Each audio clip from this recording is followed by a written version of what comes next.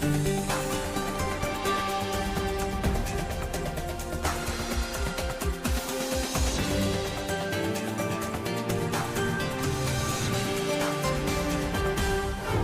today's World Insight, the Shangri-La Dialogue concludes in Singapore.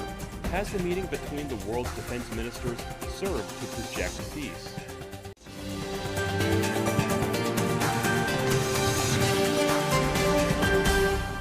Hello, I'm Tian Wei, and welcome to World Insight. This year's Shangri-La Dialogue in Singapore wrapped up during the weekend. Defense ministers exchanged views on Asia's most pressing security challenges. Chinese State Councilor and Defense Minister Li Shangfu delivered a speech calling for comprehensive, cooperative, and sustainable security.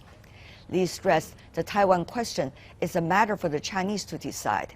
He also elaborated on China's standing on the South China Sea and China-U.S. relations. This week, senior U.S. officials from the State Department and National Security Council met with Chinese officials.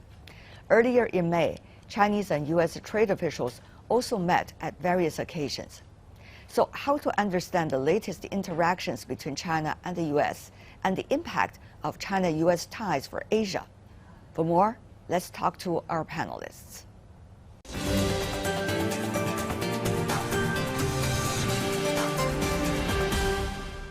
For the latest situation on Shangri-La Dialogue and security of Asia, we are joined by Lin Tianwei, Adjunct Senior Research Fellow from the East Asia Institute at National University of Singapore, and also Joseph Gregory Mahoney, Professor of Politics with East China Normal University, Rong Ying, Vice President of the China Institute of International Studies.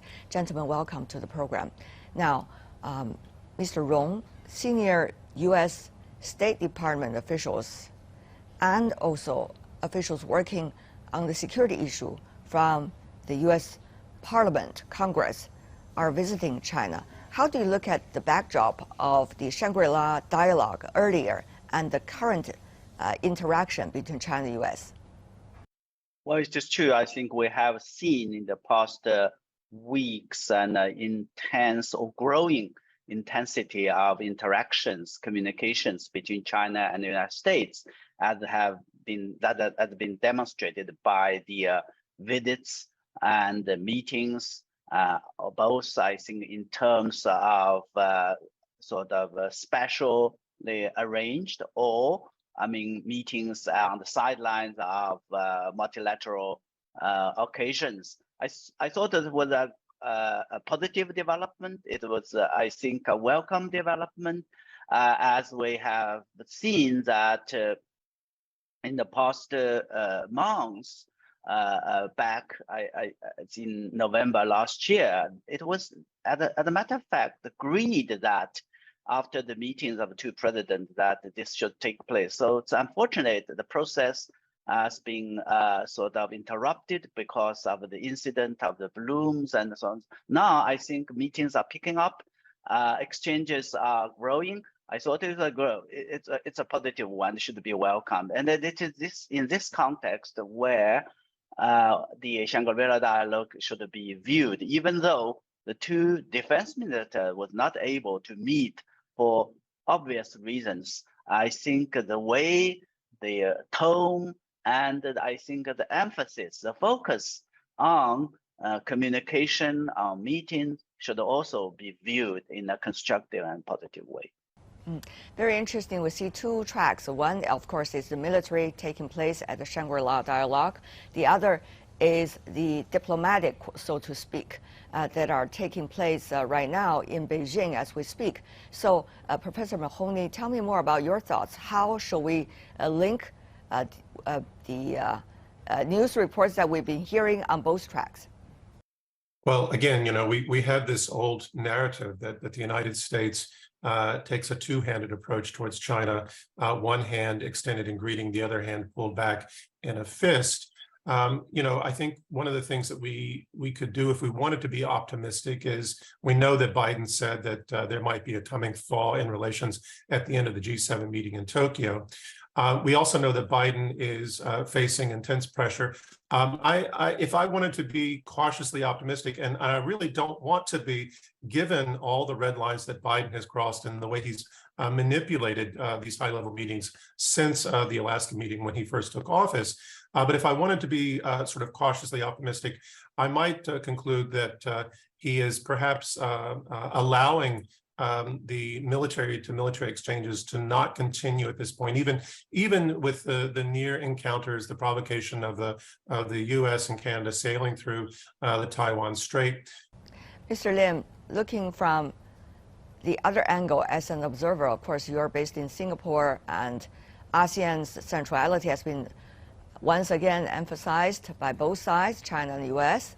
But what is your observation of the two tracks interaction, diplomatic and also military right now, between China and the United States? I think many in the region are very excited and glad that there is interaction in this platform because many believe that person-to-person visits and person-to-person conversations and talks is especially important in the post-pandemic situation, and reading body language and also be able to have symbolic handshakes are very important indeed.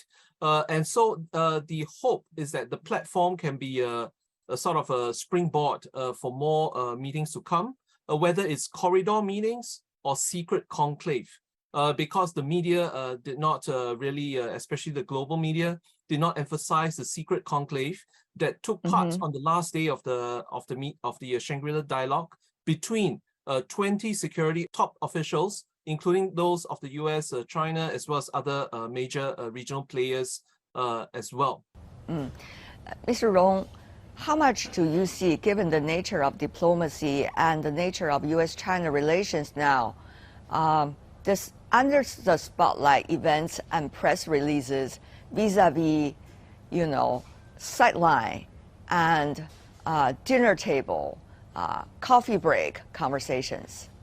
Well, certainly, I think diplomacy takes different forms. There are certainly, I think, the meetings that have been ongoing in Beijing between the Foreign Ministry of China and the State Department.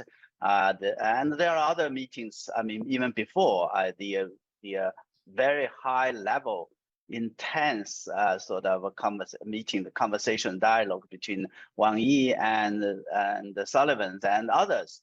So I thought that these kind of meetings should become the normality of the interactions of a relationship, because the relationship between China and the United States are so important, so consequential. Sure. But the question always, I think, for observers have is that what these conversations, these four meetings would lead to.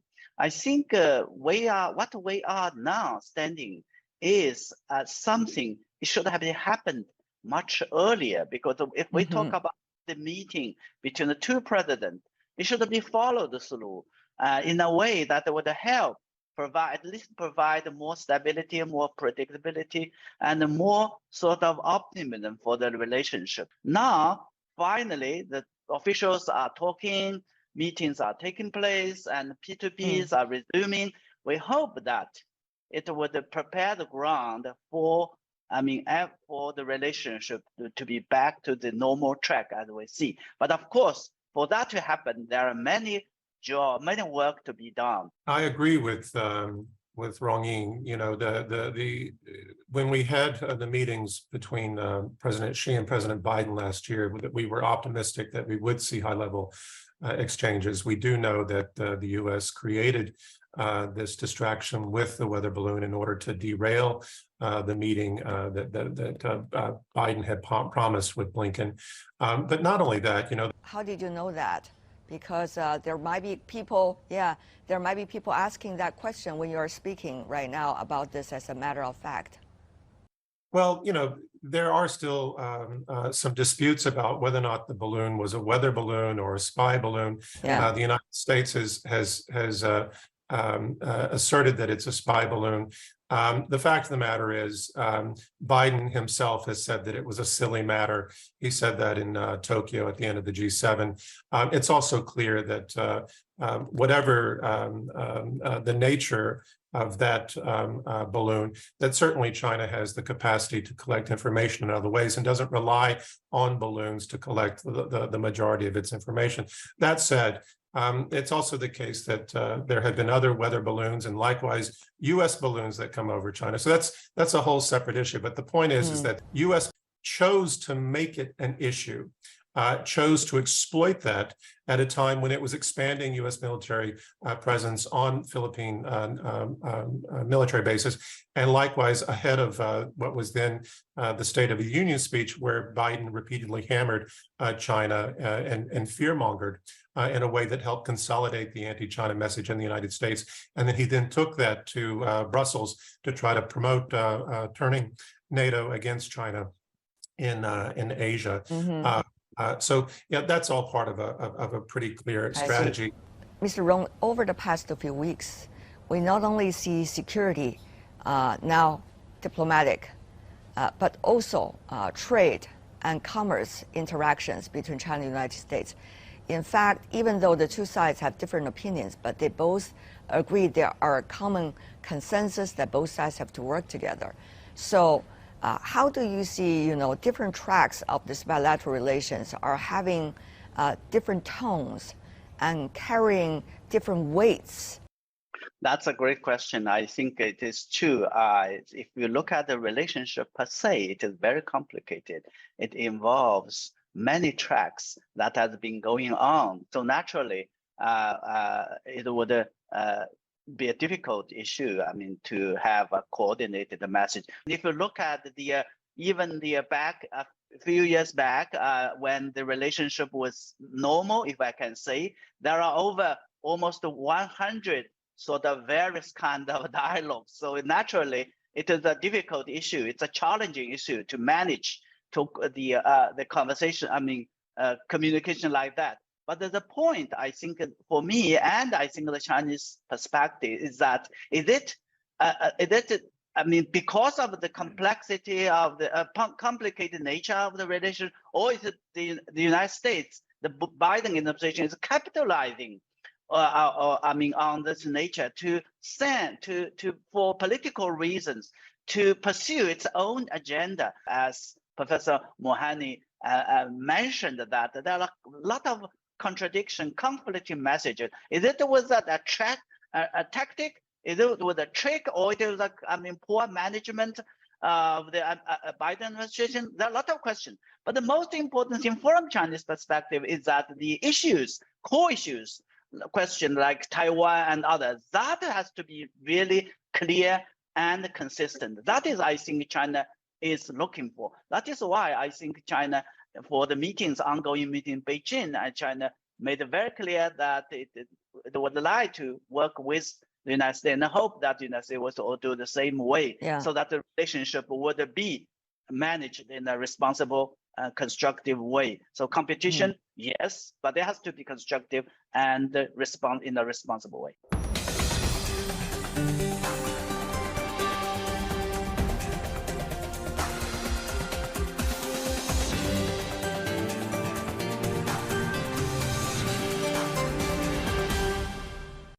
Mr. Lim, during the Shangri-La Dialogue, we already see China and United States trading fireballs, shall we say, on some of the very important issues. For example, what China considers as the bottom line, the security issue, and also the question of Taiwan. How do you see the trading of accusations on this issue? And how do you see China's pointing out that the U.S. was trying to disturb and provoke militarily at this point? If you look at the public reactions and self-reflections with regards to this issue, it appears that many players in the region prefer that the two great powers continue to talk to each other about this.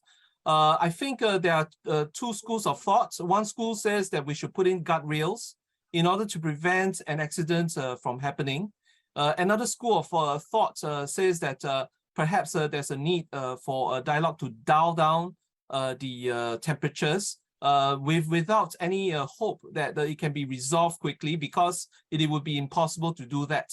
So guardrails and dialing down temperatures appear to be the priorities for regional observers on this particular issue that you've mentioned. Certainly, I think the question of Taiwan has very much, I think, sort of served as a backdrop of the debate and discussions at the Shangri-La Dialogue. And China, again, made very clear that this is at the core of the core issues of China's interest. And China, on the one hand, has made it very clear it has made utmost effort for peaceful sort of settlement of the issues. But in the meantime, it will do whatever it takes. The military, in particular, I think, expressed resolute positions that they would defend and safeguard China's sovereignty and territorial integrity. So this is I think this is, again, being repeated many times, even on the Shangri-La Dialogue. So the bottom line, or the red line, is very clear. And not only I think China has stated its position, but there is also through various sort of effort to demonstrate its capabilities and the resolve to do that. This is, again, a very important sort of a message the China is sending out, and the PRA in particular. Well, I think the way Beijing looks at the Taiwan issue is that it's part of a much broader concern, in so much as we've seen the United States meddling in Tibet, in Xinjiang, in Hong Kong, in each case compromising, trying to undermine Chinese security, encouraging separatism. And this is certainly the way China views U.S. support for Taiwan, whether it's selling weapons or high-level visits, or changing some of the discourse related to strategic ambiguity, making open commitments to go to war on China's behalf, on Taiwan's behalf, if there's a conflict between the mainland and Taiwan, so forth and so on. So that's all something to be considered. But I think, one of the things that was most interesting to me was when Defense Minister Lee sat down with his Japanese counterpart. One of the first things he mentioned was the Taiwan issue, because of all the countries in the region, Japan has been the one that has been following the U.S. most closely on this issue. And of course, this signals longstanding anxieties in China, certainly in the PLA, that have always characterized Taiwan as the so-called unsinkable aircraft carrier that's been coveted by both the United States and Japan in terms of their military ambitions or their security ambitions against China. So yeah, I think we heard a lot of the repetition of the old language that we always hear from China. And we also heard Austin, the Secretary of Defense, say that the U.S. is not seeking a change in the status quo. But in fact, the U.S. has already changed the status quo. It hasn't changed the description of the relationship. It hasn't advocated open separatism, but it certainly has changed the way it talks about Taiwan in other ways, and certainly how it is dealing with Taiwan vis-a-vis the mainland.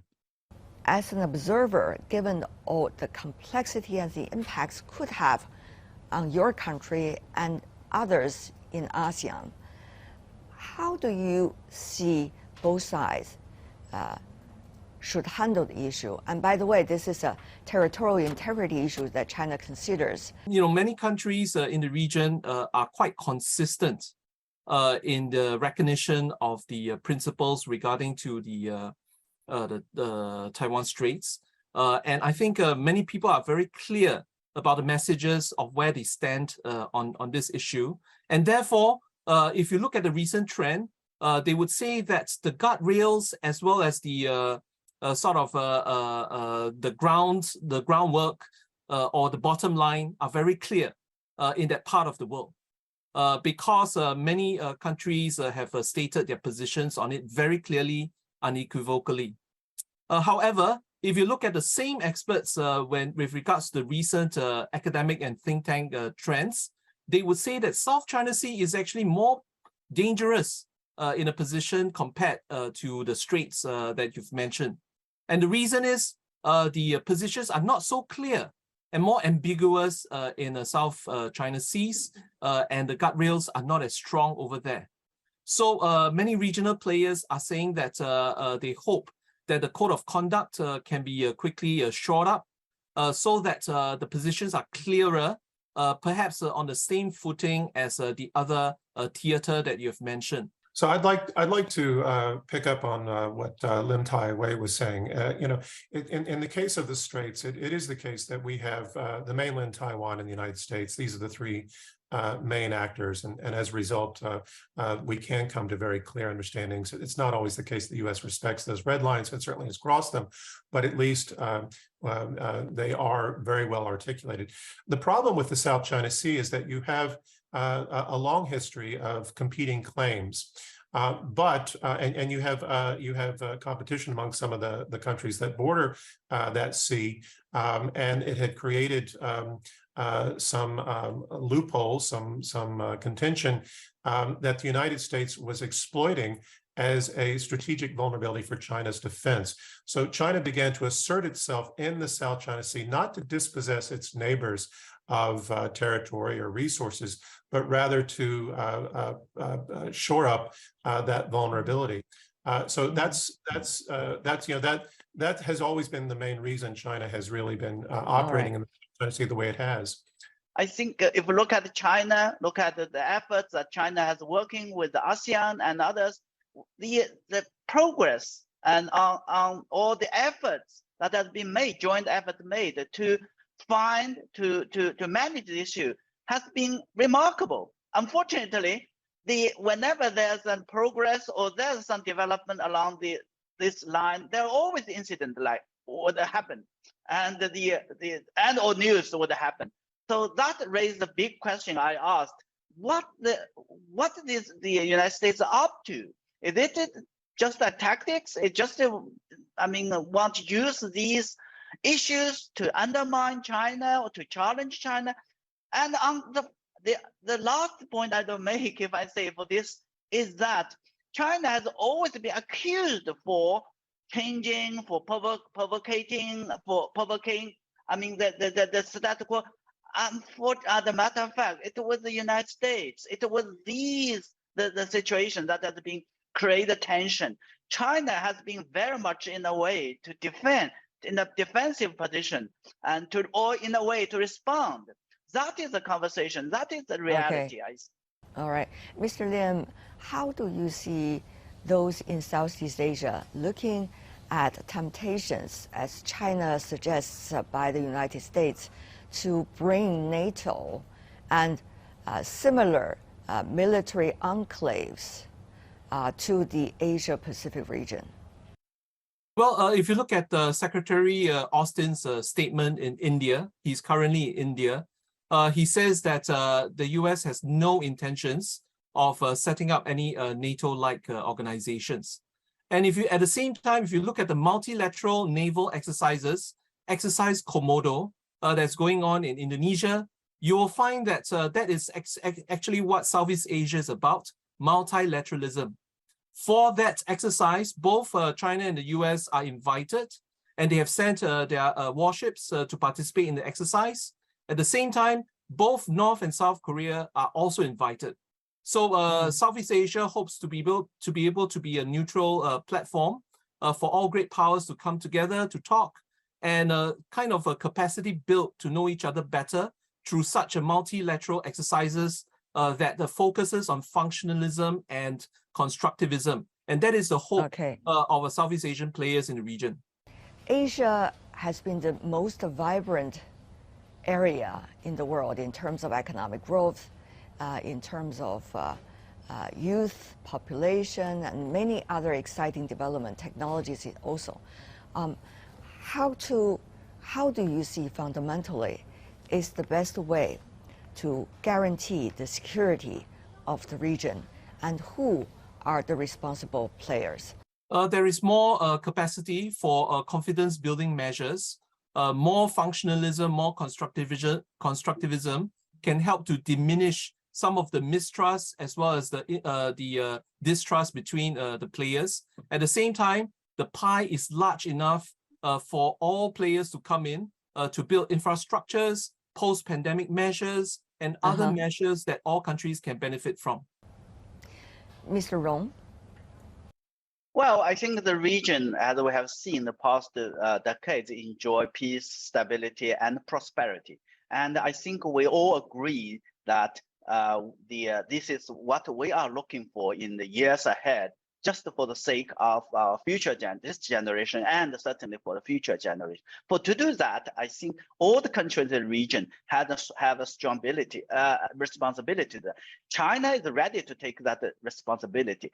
Well, I think China needs to continue to build and reinforce so-called mini-lateralisms like ASEAN, the Shanghai Cooperation Organization, needs to continue to advance BRI. That's been very constructive in promoting relations in Southeast Asia, as well as other positive initiatives like the Global Security Initiative, and ensure that these continue to be reconcilable with foreign policy principles like mutual respect and mutual recognition and peace.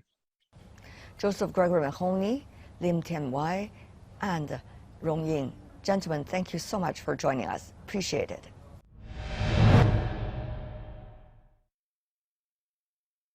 That's all we have for today. You can find us on YouTube, Twitter, and Facebook. I'm Tian Wei. Thanks for watching. See you tomorrow.